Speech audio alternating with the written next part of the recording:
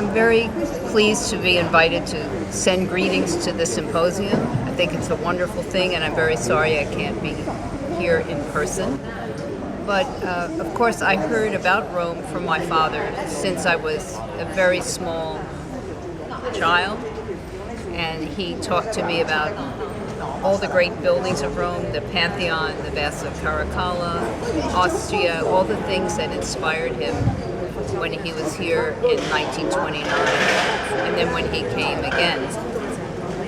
And it had always been my dream to come to Rome. And in fact, I was in Rome with my father for one day. He was on his way somewhere, and I was to visit here. And he walked me around Rome very fast to see everything.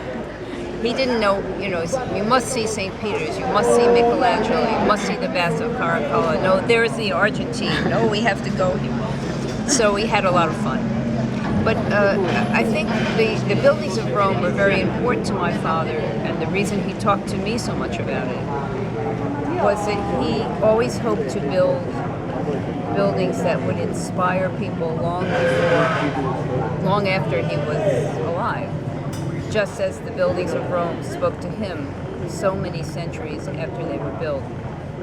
And it just gave him the feeling of what architecture was, that the architect may build, but that the buildings then belong to inspire generations of people after that. And I think he hoped with his own architecture to build buildings that would speak and inspire others, not by copying, but just by the feeling of them. And personally, I feel that in my father's building, he talked about the measurable and the unmeasurable in architecture. And so in his architecture, yes, of course, there's the masonry, the concrete, the dimensions, and what the building is for, a museum or whatever, a school. But there's also the unmeasurable feeling about the buildings, which is what he felt about the Roman buildings. This unmeasurable poem to architecture and what it really is.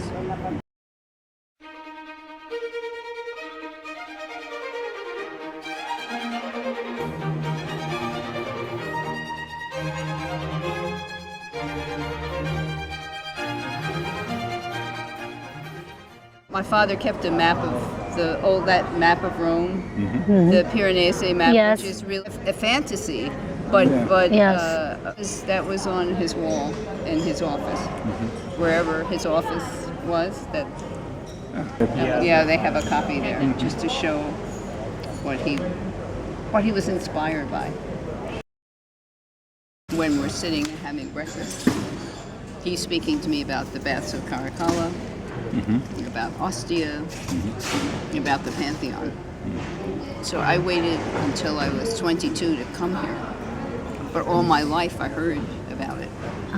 Because, of course, he was here before I was born, and then he was here after I was born. Yeah. And my mother and I had hoped to come with him in 1951 when he was here at the Academy. And he was already, 50 years old when he came here the second time. And but she couldn't leave her job, and it was just too difficult. So he had to borrow the money to come here. My mother and I stayed in Philadelphia. She continued to work, and he came here. And it was a wonderful time for him. Yeah. And I think when he was not doing architecture, which was that time in Rome, his mind was free, and he did all these drawings, very famous drawings.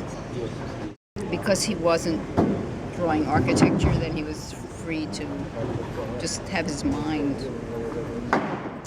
free, and took all of this in. So I think it was very important for him.